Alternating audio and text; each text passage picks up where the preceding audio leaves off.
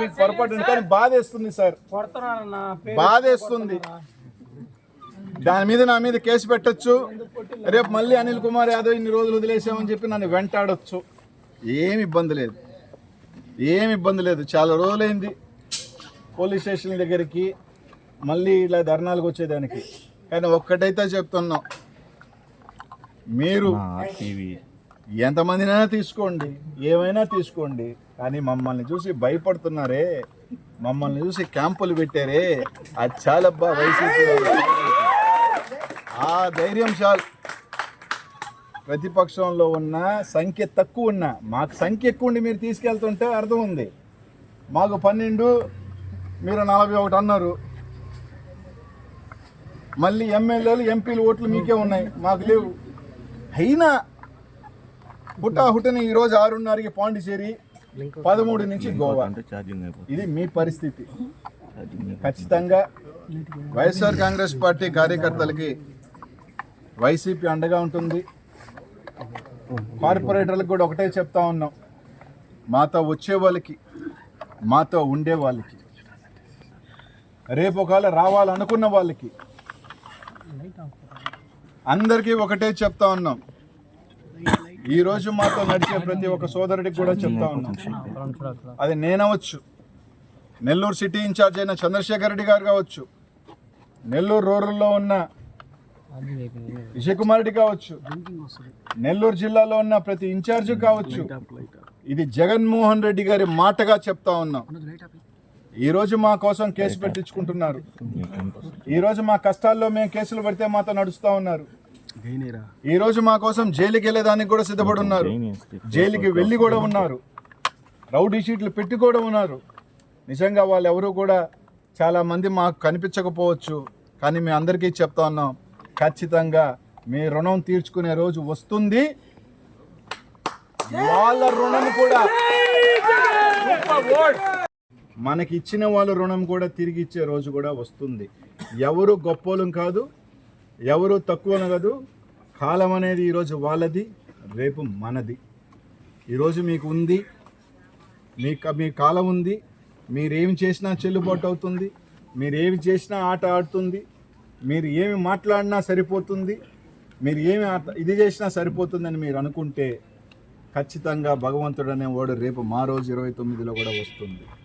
మళ్ళీ చెప్తా ఉన్నాం, మీకు గెలిపించుకొని తీసుకోండి, కానీ ఇట్లాంటి దిగజారి అధికారం పెట్టుకొని కార్పొరేట్లో మార్చుకున్నంత. మా నారాయణ గారికి చెప్తున్నాను సార్, చదువు వ్యవస్థ ఉన్న వాళ్ళు, విద్యా వ్యవస్థ ఉన్న వాళ్ళు దీనికన్నా ధైర్యంగా కార్పొరేషన్కి వెళ్ళి మీరు ఓడిపోయినా గర్వంగా ఉంటుంది. కాపీ చేసి పాస్ అయితే దానికి తృప్తి ఉండదు. ఒక సంవత్సరం యుద్ధంలో పోయి చచ్చిపోయినా అది వీరమరణం అంటారు. ఎవడో యుద్ధం చేసి కత్తెత్తుకొని వస్తే కత్తి దొబ్బేసుకొని పోయి నేను వీరుడు అని చెప్పుకోవడం అది వీరత్వం కాదు. ఎవడో కష్టపడి ఎవడో ఇది వేసుకొని అన్నీ దున్నుకొని వచ్చేసి ఆడబెట్టినాడు దాన్ని దొంగతనం చేసి ఎత్తుకెళ్ళిపోయి అది తాత్కాలికమే. నెల్లూరు ప్రజలు చూస్తూ ఉన్నారు. నెల్లూరు ప్రజలు అందరూ కూడా ఏం జరుగుతుందని చూస్తూ ఉన్నారు. ఏమి ఇబ్బంది లేదు, తప్పకుండా మంచి రోజులు వస్తాయి. పోలీస్ వ్యవస్థను కూడా మేము ఒకటి అడుగుతూ ఉన్నాం, దయచేసి అందరూ కోరుకున్నట్టే నెల్లూరులో గంజాయి పెరిగిపోతూ ఉంది, మటర్లు పెరిగిపోతూ ఉన్నాయి, రకరకాలు దయచేసి మా మీద కేసులు పెట్టే కన్నా, మా కార్యకర్తల మీద కేసులు పెట్టే కన్నా, దాని మీద విచారించే కన్నా కూడా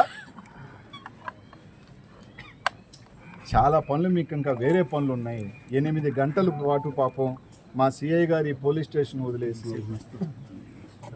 వాళ్ళని తీసుకొచ్చి డెలివరీ ఇచ్చే పనిలో ఉన్నప్పుడు ఇంకొక పని చేస్తుంటే నలుగురికి ఎవరో తప్పుడు పనులు చేసి పట్టించుంటే ఇంకా ప్రజలకు మంచి జరిగేదని కోరుకుంటూ, కాబట్టి పోలీస్ వ్యవస్థను కూడా దయచేసి కోరుతా ఉన్నాం సార్, దయచేసి ఆలోచన చేయమని అందరికీ కూడా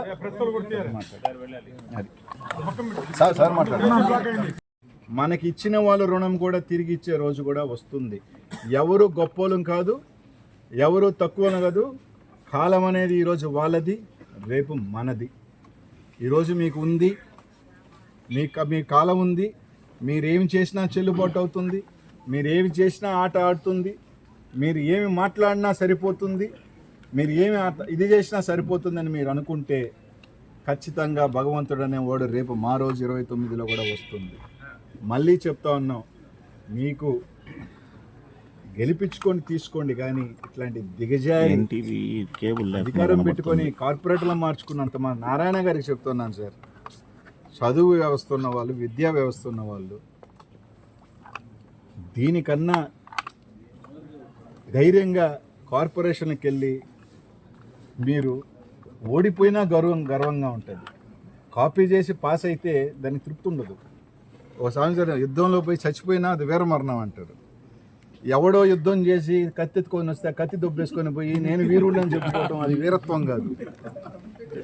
ఎవడో కష్టపడి ఎవడో ఇది వేసుకొని అన్నీ దున్నుకొని వచ్చేసి ఆడబెట్టినవాడు దాన్ని దొంగతనం చేసి ఎత్తుకెళ్ళిపోయి అది తాత్కాలికమే.